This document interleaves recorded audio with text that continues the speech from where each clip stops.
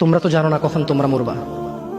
শোনো, তুমি অপরাধ করিও যদি তোমার মনে হয় আল্লাহ তোমাকে দেখে না, তখন করিও। তুমি অপরাধ করিও যদি তোমার মনে হয় আল্লাহ তোমাকে জিজ্ঞেস করবে না, তুমি নিশ্চিত বেঁচে যাবা। তুমি অপরাধ করিও যদি তোমার মনে হয় যে আল্লাহ তোমার জন্য জাহান্নাম নির্ধারণ করবে, আর তুমি আল্লাহকে বলবা আল্লাহ আপনি বললেই হবে না আমি জাহান্নামে যাব। যদি এই ক্ষমতার অধিকারী হও তাহলে তুমি অপরাধ করিও। তোমাকে বলি, ইয়া মহিলা, মা, বোন, চাচা, চাচি, নামাজ ছাড়া মানুষ মুসলমান থাকে না। ওয়াল্লাহি আমি বলছি না কোথায় বাঁধবেন, তর্ক পরে। আমি বলছি আপনি নামাজটা স্টার্ট করেন। আমি বলছি না যে তারা ওই 20 রাকাত পড়বেন না 8 রাকাত পড়বেন। আমি বলছি যে আপনি পড়েন, 2 রাকাত হইলেও পড়েন। আমি বলছি যে আপনি ঈশার নামাজ 15 রাকাত দরকার নেই, আপনি শুধু 4 পড়েন।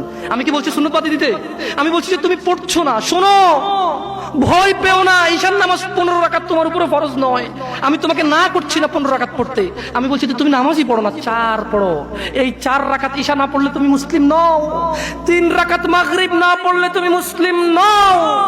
4 রাকাত আসর না পড়লে তুমি মুসলিম নও। দেখো, আমাকে দোষ দিও না। বুখারী খোলো, সালাত অধ্যায়ে যাও, আযান অধ্যায়ে যাও।